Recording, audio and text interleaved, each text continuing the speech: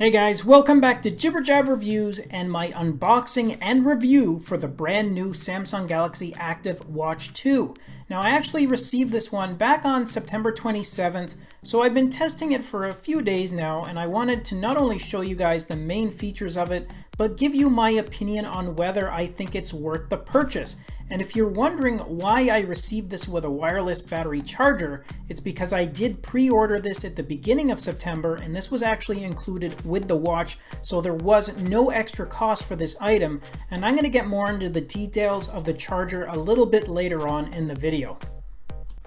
Now the one that I ended up purchasing was the upgraded stainless steel version in a 44mm case, which included Bluetooth, Wi-Fi, and GPS tracking. Now you can also purchase this with the LTE functionality, but for my purposes it wasn't really required as I always have my smartwatches paired to my phone anyways. However, if you are an LTE user, then you're going to be happy to know that you can at least use the Active 2 for this purpose, as it was not an option in the original Galaxy Watch Active. Okay, the other thing you're going to notice here as I unbox it is that I ended up going with a brown strap and a gold case combination. And the reason I decided to change things up this time is because my previous smartwatches have either been an all black or the multi-toned black and silver combination. So I thought I would go for the gold finish on this one, and you know what, I'm really happy with it. This combination definitely gives the watch a more classy and luxurious look, and it's going to be a great one to wear around the office or even for more formal occasions. And the brown strap it comes with is pretty good, it's comfortable, and it comes with a clasp that matches the case, so it all works well with the watch, although I probably will change up my bands depending on my activity level. And besides the portable charger, the watch also comes with its own wired charger, which is small, it's light, and it's very portable in itself compared to the much larger wired charger that the original Active Watch came with.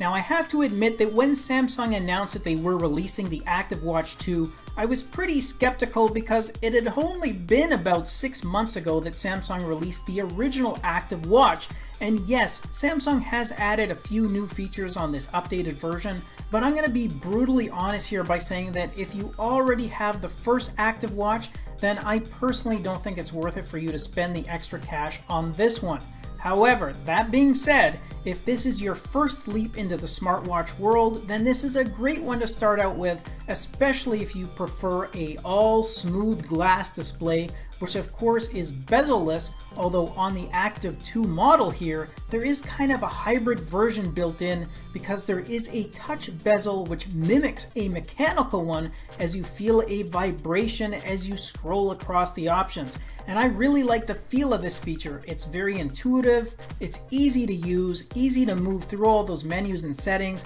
and that small vibration or click is more satisfying than just using that touch display, which was the only option available on the original Active Watch. And the other advantage that this one has over the first Active Watch is that you can now get this in two different sizing options. You still have the smaller 40mm size available, but the added 44mm should appeal to more men out there or those that have larger wrists.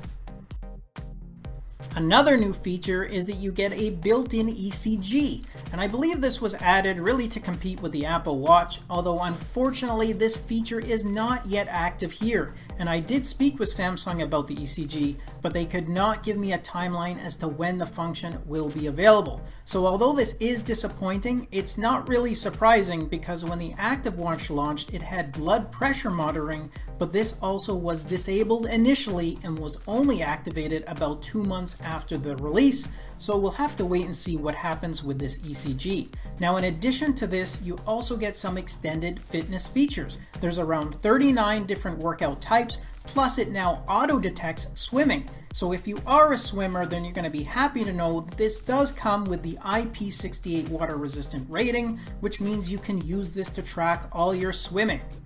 And in terms of heart rate tracking, well, this one should definitely be more accurate over the first Active Watch because you now have 8 sensors on the Active 2 versus the 4 sensors that you had on the previous version.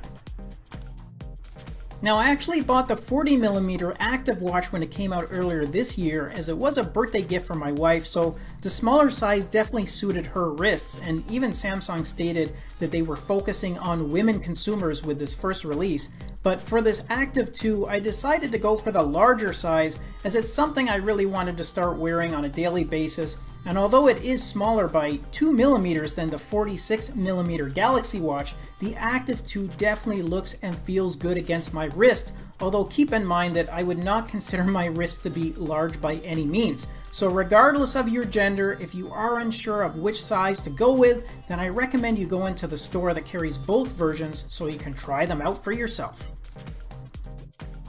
And as I mentioned at the start, I did decide to order the upgraded and more durable stainless steel case over the aluminum version. And yes, there is a slight weight increase because of the material, but I plan on using this every day, including for working out, so I wanted to have something more solid and durable, and honestly, the difference in weight is so small that it really isn't even noticeable anyways.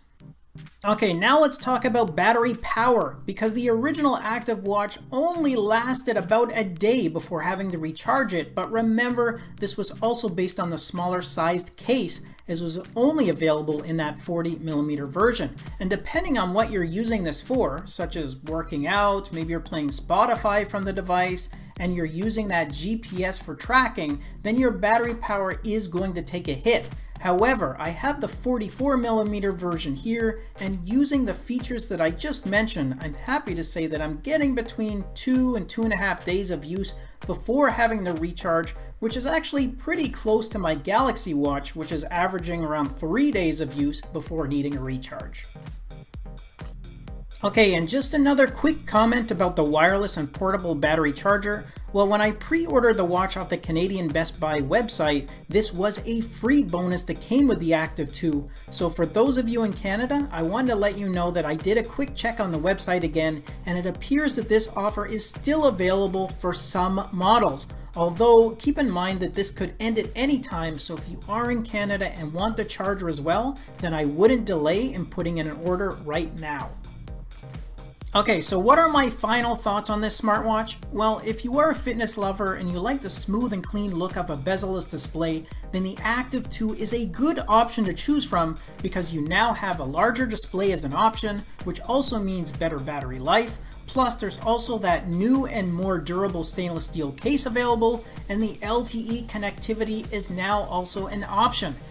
Just remember though that if you do want that larger size and the premium case, then you are going to pay for it, because the premium model with all those bells and whistles is going to run you around $450 versus the 40mm aluminum base model, which starts at around $279. So depending on what your purpose is for a smartwatch, the Active 2's updated size and functionality, along with that sleek modern look and style, definitely makes it a very attractive and viable option in the smartwatch market today.